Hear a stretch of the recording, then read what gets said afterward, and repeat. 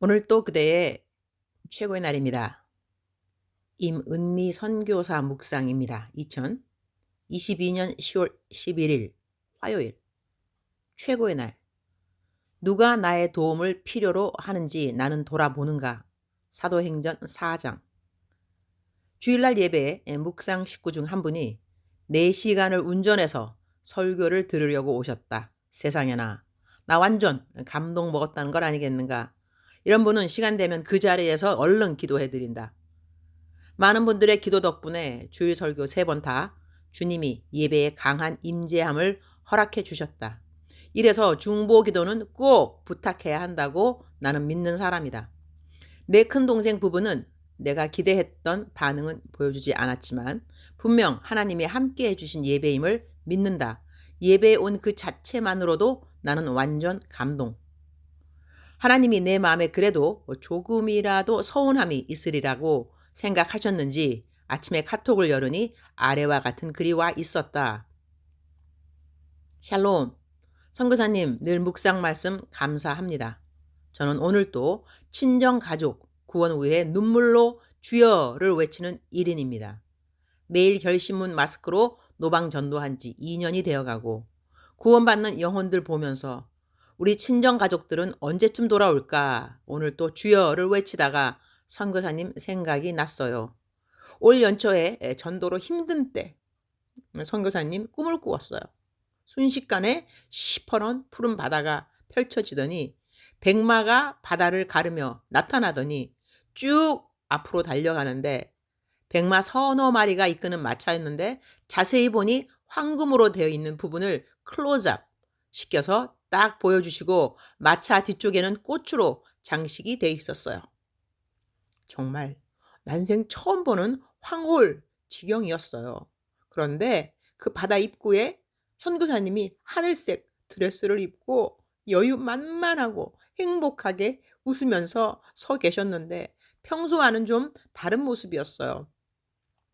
키도 크고 늘씬하고 너무 아름답고 예쁜 모습이었어요.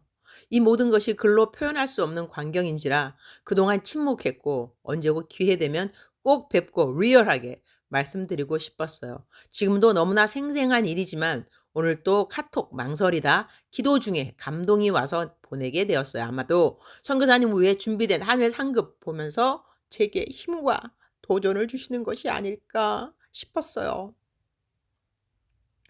전도하는 자에게 영혼 구령을 위해 일하는 자에게 주시는 하늘 상급 어마어마하겠지요. 선교사님도 이런저런 어려움 힘든 일 많으시겠지만 하늘 상급 바라보면서 함께 파이팅해요. 사도행전 4장 35절. 사도들의 발 앞에 두매 그들이 각 사람의 필요를 따라 나누어 줌이라. And put it at the apostles' feet. And it was distributed to anyone as he had need. 사람들은 각자 필요가 있다고 생각한다. 그 필요를 누구에게 어떻게 알려주면 좋을까? 필요도 누군가에게 알려주어야 그 사람의 필요를 알게 되지 않겠는가? 새벽에 눈을 뜨면 많은 캐레고리의 문자들이 나를 기다리고 있는데 오늘은 아래와 같은 글이 와 있었다. 사연이 길어서 줄여서 올려본다. 중략. 어려운 형편과 환경으로 정말 죽음까지 생각할 정도로 바닥까지 내려갔다가 지금은 영적으로 많이 회복되었습니다. 감사합니다. 선교사님 목소리 들으면 힘이 나요. 선교사님께 너무 염치 없고 죄송하지만 아들 누구누구랑 살아가는데 생활이 힘들어 도움을 요청해 봅니다. 저는 굶어도 괜찮고 치료비 없어 치과도 못 가지만 하나님 다 아시지요 하면서 아픈 이에 손대고 기도하며 지내고 있는데 남편이 준 40만 원 생활비로는 참 힘드네요. 그것밖에 못 주는 남편도 너무 힘들어하지만 저는 더 힘드네요. 1월 달에 아들이 아파서 치료비도 도움 주셔서 2번 다시 더 이상은 선교사님께 이런 부탁은 안 드리는 게 맞는 건데요. 지난달부터 수십 번 생각하다가 결국 또 이렇게 연락을 드리게 되네요.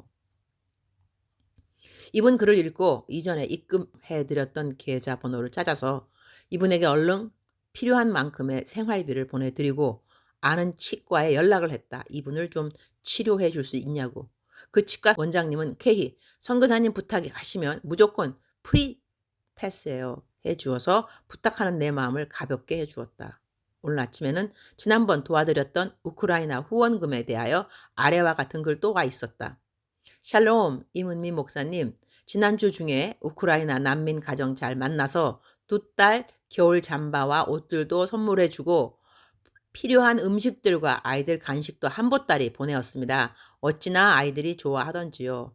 엄마 제나 자매에게 생활비로 1,000유로 따로 드렸습니다.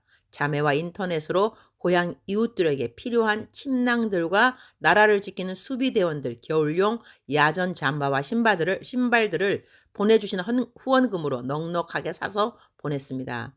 한국 교회와 중보자들의 기도와 후원임을 이야기하고 그 가정이 정교를 믿지만 함께 감사 기도를 앞으로 지속적인 교제를 이어갈 것을 약속하였습니다. 이제나 자매 가정이 전쟁의 어려움을 잘 이겨내고 가족이 다 함께 모일 수 있도록 전쟁으로 인한 상처와 트라우마가 잘 치유될 수 있도록 온전한 예수님의 복음을 듣고 구원 얻을 수 있기를 기도해 주세요. 감사합니다.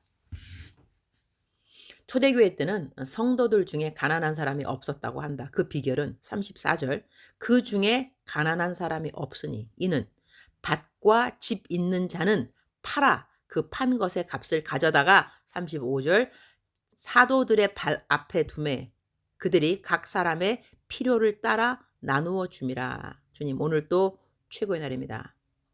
예수님 믿는 모든 사람들이 자기들의 재산을 다 팔아 교회에 갖다 주고 교회에서는 그것을 교인들의 각 필요에 따라 나눠준다고 한다면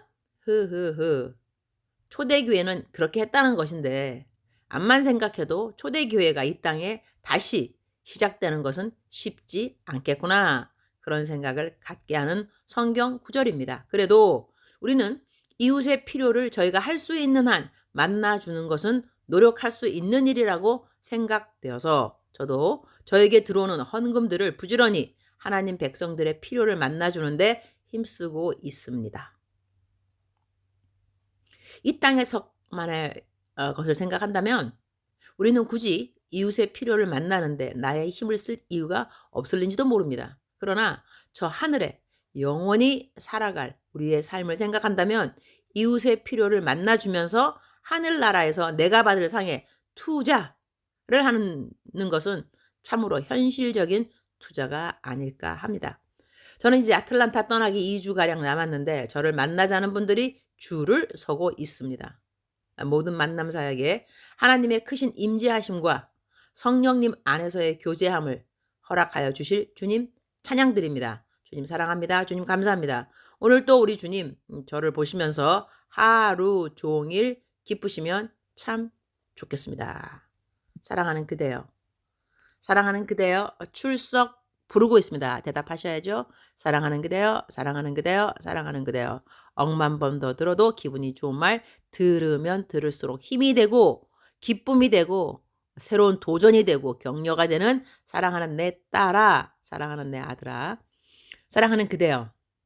제가 우리 남동생 이야기를 좀 올리면서 각 가정에 구원받지 아니한 가족 구성원을 갖고 있는 많은 사람들의 그 어려움 또한 그 많은 사람들의 그 기도의 수고함, 간절함 이런 것을 조금이라도 더 느끼게 된 이번 시간이 아닐까 합니다. 우리 지치지 않고 끝까지 구원은 하나님께로부터 우리가 구원을 이루게 할 수 없을지라도 그래도 기도할 수 있는 이 특권 누군가를 위해서 기도할 수 있다는 것 특별히 그 기도가 그 사람의 영원의 삶, 영생에 관한 것인데 그 기도를 우리가 드릴 수 있다는 자체는 특권이 아닐 수가 없습니다. 사랑하는 그대여, 사랑하는 그대여 힘내시기를 그리고 재정적으로 힘드신 분들도 그들의 필요 이것을 옆에 사람들에게 알려주는 것도 저는 중요하다고 생각합니다. 왜냐하면 알려주지 않으면 다른 사람이 알 수 있는 길은 참 거의 없습니다. 그렇지 않을까요? 그러나 내가 힘들어 라고 말하게 되면 힘들구나. 어떻게 하면 도와줄 수 있을까? 나는 도움이 될 수나 있나? 나에게 있는 것이 무엇이지? 이렇게 돌아볼 수 있는 기회를 갖게 되는 것이고, 또 그렇게 해서 자기의 필요가 만나지게 되는 사람은 자기의 필요를 조금이라도 만나준 사람을 위해서 축복 기도를 하게 되어 있습니다. 그러면 그 축복 기도를 하나님께서 기쁘시게 받으시고 들으시고 그 필요를 만나준 사람을 또 하나님의 방법으로 또 도와주신다는 것이죠. 이럴 때 제가 조금 안타까운 것은 뭐냐면요. 저도 많은 사람들을 도와줍니다. 물론 제가 받는 모든 것은 하나님의 백성들을 통해서 헌금을 저에게 보내기 때문에 그 헌금으로 다른 사람들을 도와줄 수 있는 것이니까 사실 내 것으로 도와주는 것은 아무것도 없다고 해도 틀린 말은 아닙니다. 내 것이 아닌 것을 가지고 남을 도와줄 때 사실 생색 낼 필요도 전혀 없죠. 공치사 받을 이유도 없는 것 같습니다. 사실 감사하다는 말도 안 들어도 괜찮죠. 그러나 제가 남들을 도와주면서 느낀 것은 무엇이냐면 감사를 표현하는 사람들, 그런 사람들은 더 도와주고 싶은 마음이 있습니다. 그리고 감사하기 때문에 나도 감사한 마음이 생기고 기쁜 마음이 생깁니다. 정말 도와주기 잘했구나. 그러나 도와주다 보니까 어떤 사람들은 그냥 당연하게 그냥 여기고 감사하다는 말 사실 오래 걸리지 않습니다. 이모콘 한 개 그냥 "감사. 잘 받았습니다." 이렇게만 해도 되는데 그러지 않습니다. 언제 그러지 않느냐? 받는 것이 매달, 매달 정기적으로 들어올 때 아마 감사하다고 말하는 자체가 쑥스러워서 그럴 수도 있겠다라는 생각도 들지만 어떨 때는 아쉽습니다. '아유 감사하다고 한마디만 그냥 하지. 잘 받았다고만이라도 말하면 좋을 텐데.' 이러한 생각을 가질 때가 있습니다. 그러나 그러한 생각이 하나님이 기뻐하시는 생각인가 그런 생각은 잘 모르겠고, 그러나 같은 사람으로서 선한 일을 할 때에 내가 선한 일에 도움을 받았으면 그 사람이 계속해서 선한 일을 더 잘하도록 격려하려면 우리가 받은 도움을 감사하다고 표현하는 것이 참 좋은 거구나라는 그런 생각은 하게 됩니다. 사랑하는 그대여, 우리에게 도와줄 사람이 옆에 있다는 것은 감사한 일입니다. 그들의 필요를 만나줄 수 있는 자리에 하나님이 나를 세웠다는 것은 감사한 일이 아닐 수 없습니다. 또한 프리빌리지, 특권이 아닐 수 없습니다. 특권을 사용할 때는 감사한 마음이 있어야 되겠죠. 그러니 도움을 주는 사람도 감사한 마음으로, 도움을 받는 사람도 감사한 마음으로 그러한 감사로 하나님께 제사를 올려드리는 우리 모두가 되면 정말 좋겠습니다. 그래서 성경은 분명히 우리들에게 감사로 제사를 지내는 자가 여호와를 영화롭게 한다고 했으니 베품을 하는 자도 주님께 감사를, 베품을 받는 사람도 주님께 감사를, 그래서 오로지 하나님께 영광을 올려드리는 우리 모든 믿음의 권속들이 되었으면 참 좋겠다 하는 생각을 해보는 아침입니다. 사랑하는 그대여 사랑합니다. 사랑하는 그대여 축복합니다. 오늘 또 그대의 최고의 날입니다.